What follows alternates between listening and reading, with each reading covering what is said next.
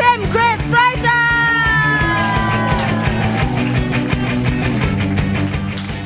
Hello everyone, my name is Tim, and I'm an alcoholic.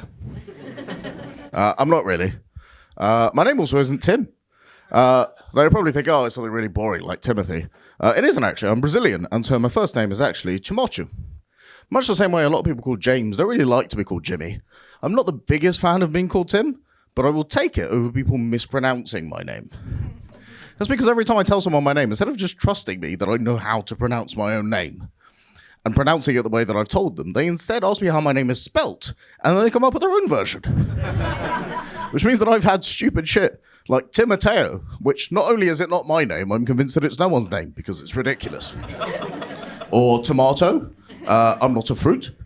And it really didn't help me when they came out with a shampoo called Timotei. Now, I'd say this is a really weird reaction to have when someone tells you their name. And that's because we're in a land that has given the world so many great names with such weird and wonderful spellings. As you know, Saoirse, Roisin, Siobhan, Aoife, Anya, Kiva, I could go on.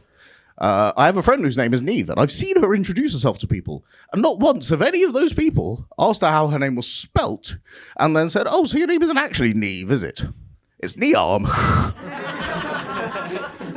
Now, it especially frustrates me when football fans can't pronounce my name. That's because football fans have absolutely no issues with the name Szczesny. Now, for those of you who don't know, the name Szczesny is spelt with 8 letters, only one of which is a vowel, which is an E with a little diacritic underneath it, and 2 of them are Z. And then they have no issues with Szczesny, but Timóteo, no, I can't do that. What does my name not have enough Zs? Now, another thing about me is that I'm autistic. Now, the first that I heard that I was autistic was when I was at uni and I went to see a counsellor at the age of 19. And I told her I was studying physics, so obviously she gave me an autism screening questionnaire. And this questionnaire said that it's very likely that I'm autistic. Now, I was surprised by this, but I really shouldn't have been. Because growing up, I didn't have a lot of friends and I was bullied quite a lot at school. But at the time, I thought everyone else was just jealous that I was a foot taller than them, friends with all the teachers, and really good at memorizing all the countries in geography. But no, it turns out I was just weird.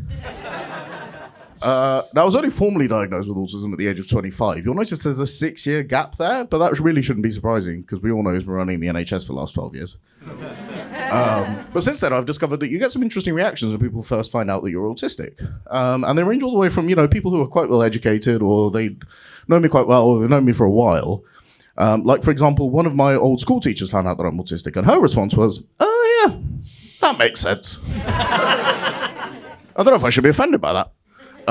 All the way through to people who are sometimes, quite ignorant, and they don't know a lot about autism, and they don't know me very well. And they will come out with some really wacky shit. Like someone once said to me, oh yeah, my brother-in-law's third cousin twice removed as a child who's autistic, and they flap their hands a lot and they don't really talk. And we're having a conversation, therefore you can't be autistic. To which I responded with, yeah, well, Barry, most of the people that I know with only 5 functioning brain cells are being kept alive by machines. Yet despite the fact that we're having a conversation and taxpayers' money is not being wasted keeping you alive in a hospital, I have absolutely no trouble believing that you are also brain dead. I didn't say that really. I'm not that witty in real life. It took me about an hour to memorize that bit.